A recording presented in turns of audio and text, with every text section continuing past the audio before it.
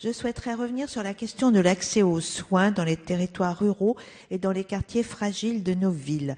L'accès aux soins s'est dégradé sous la combinaison de deux phénomènes, l'un géographique, l'autre du fait des dépassements d'honoraires, ce qui fait 17,3 millions de personnes si l'on cumule ces deux critères d'après une enquête de l'UFC Que Choisir. On peut véritablement parler de fracture sanitaire. La loi HPST a amplifié ce phénomène. La mise en place par le gouvernement du statut de praticien territorial semble connaître un certain succès avec quelques centaines d'installations, mais cela reste encore limité et ne répond pas à tous les problèmes. Aussi, j'aimerais savoir quelles mesures le gouvernement entend-il prendre pour améliorer l'accès aux soins de base non urgents dans ces territoires fragiles. L'autre aspect qui pose problème est celui des urgences dans les territoires éloignés des hôpitaux. Il faut remarquer que quasiment aucun médecin n'accepte de se déplacer ou de participer à des gardes 24 heures sur 24. L'engagement de l'État pour un accès aux urgences dans les 30 minutes, même réalisé en théorie, ne l'est pas nécessairement dans la réalité, bien au contraire. Dans la plupart des communes rurales de ma circonscription, les pompiers, souvent seuls à se déplacer en cas d'urgence, bien qu'ils fassent leur travail du mieux possible, mettent déjà en moyenne, selon l'enquête que j'ai faite, 30 minutes pour rejoindre l'habitation du malade. Si l'on ajoute le déplacement jusqu'à l'hôpital, qui est lui-même en moyenne égal ou même supérieur à 30 minutes, du fait par exemple de l'encombrement des routes, cela fait plus d'une heure que la personne est en attente de soins urgents. De plus, il existe un manque important de médecins-pompiers, d'infirmiers-pompiers, de médecins urgentistes. L'intervention des secours est beaucoup trop longue.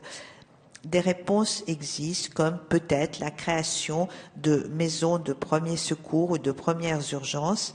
Elles pourraient ouvrir un accès rapide à une prise en charge efficace 24 heures sur 24 et ceci pourrait désengorger les services d'urgence des hôpitaux.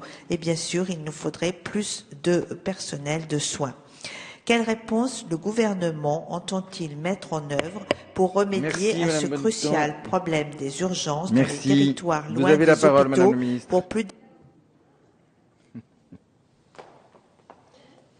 Merci, Monsieur le Président. Madame les députées, je crois qu'il y a quelques minutes, Madame Lebranchu répondait à deux de vos collègues sur globalement la problématique que vous avez reprise ici et sur laquelle je vais essayer de vous apporter quelques informations complémentaires. Bon, juste rappeler quand même que la ministre, Madame Touraine, a pris un ensemble d'engagements dans le cadre du pacte territoire santé et que ces engagements portent en particulier sur la création du statut de praticien territorial que vous venez de dire d'ailleurs en saluant l'effort qui a été fait.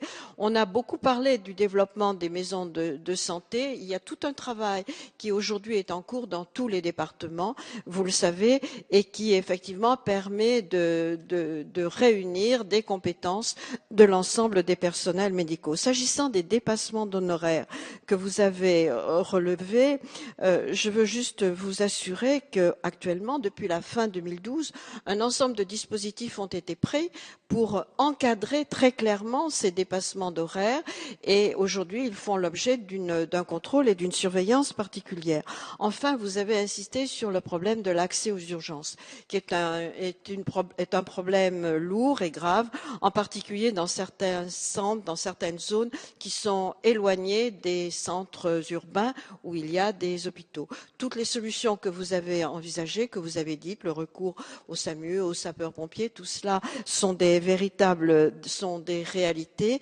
Et demain, la possibilité que vous avez évoquée aussi, de la possibilité de recourir à des services de premier recours ou de première urgence, sont aujourd'hui examinés. Et dans chaque région, avec les ARS, aujourd'hui, il y a des plans santé qui sont en train de se construire avec les élus locaux. Je pense que c'est dans ce cadre-là que l'on trouvera les meilleures solutions.